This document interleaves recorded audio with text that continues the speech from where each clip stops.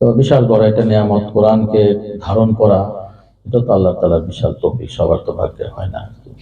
তো আমরা এই ধারণ করাটাকে আরেকটু শার্পেন করতে চাচ্ছি, যে অর্থ বুঝে যেন এই ধারণটা থাকে। আমাদের মাদ্রাসাগুলোতে যে ট্রেন্ড চলছে, যে সেই ট্রেন্ডটা হলো যে হাফেজ করে ছেড়ে দিচ্ছে। তো হাফেজ করে ছেড়ে আসলে এরা কোথায় যাবে? চাকরি তো পাবে না। মসজিদে কজন ইমাম নেবে? আর ইমামের যোগ্যতা নাই, তখন খুতবা তো সে দিতে পারবে না, আরবিও জানে না। ওই যেটুকু মুখস্থ সেটার অর্থও জানে না। কোথায় জায়গা হয়? তারাবির সময়। তো তারাবিতে এত হাফেজ হয়েছে, কত জনের ইন্টারভিউ নিয়ে একজন দুজন নেয়, সেখানে তো হয় না। মুয়াজ্জিন তো একজনই থাকে। তো যত হাফেজ বেরোচ্ছে, এটা বেকার হচ্ছে। পরে গিয়ে কী করতেছে? ওই মসজিদে খাদেম হইতেছে, না আতর বেচতেছে, না ওই যে হালুয়া বেচতেছে, অন্য প্রফেশনাল ব্যবসা করতেছে, টুপি বেচতেছে। এটার জন্য তো হাফেজ হতে না, এদেরকে ধরে রাখা দরকার ছিল। মাদ্রাসা হাফেজ হওয়ার পর তাদেরকে কিতাব দেওয়া দরকার ছিল। কন্ডিশন, হাফেজে ছেড়ে যাবে না, তুমি কিতাব পড়ে যাবা, আল্লাহর কালাম পড়ে যাবা, তারপর কিতাব বেনে পড়ে তারপর তোমার দিনের খেদমতে যেতে হবে। কারণ দিনের খেদমত করতে গেলে মানুষকে হেদায়েতের দাওয়াত দিতে আগে তোমার জানতে হবে। ওই কথা তো না যে জানার নাম ইসলাম না, যে মানার নাম ইসলাম, না জেনে কি মানবো আমি। এই ভ্রান্ত কিছু মানুষের কথাবার্তা দিয়ে মানুষকে প্রচলিত চলে আসছে। আজকে দেখেন পীর সাহেবদের মজলিসে দেখেন, একটারও কোরআনের কোনো কথা নাই, কোরআনের আলোচনা নাই, জিকিরের মাঝে লাফাইতেছে, লাফালাফি করতেছে, এগুলো ভাইরাল হইতেছে। এগুলো বিদেশিদের মানুষ হাসে। এটা কি ইসলাম?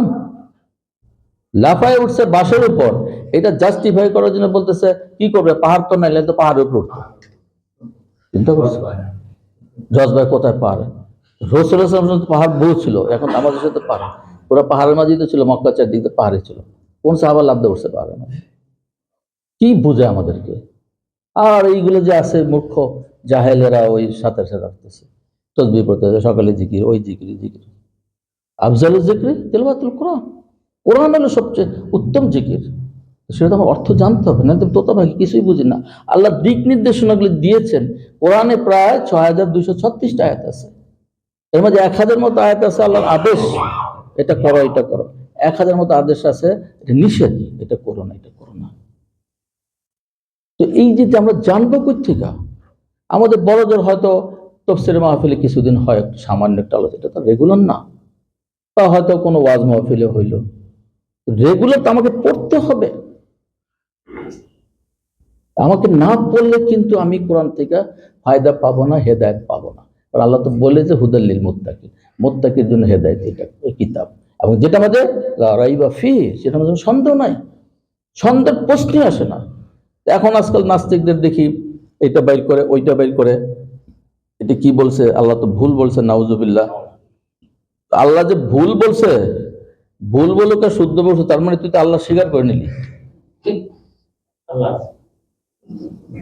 নাস্তিক বলি কেমনি?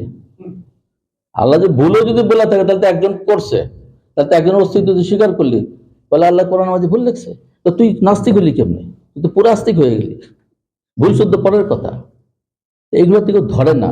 এগুলো ফাইট দেওয়া দরকার। ফাইট দিতে গেলে জানতে হবে, কোরআন পড়াশোনা করতে পারে। এই জন্য আল্লাহ তাআলা এনকারেজ করেছেন যে কোরআন নিয়ে গবেষণা করো।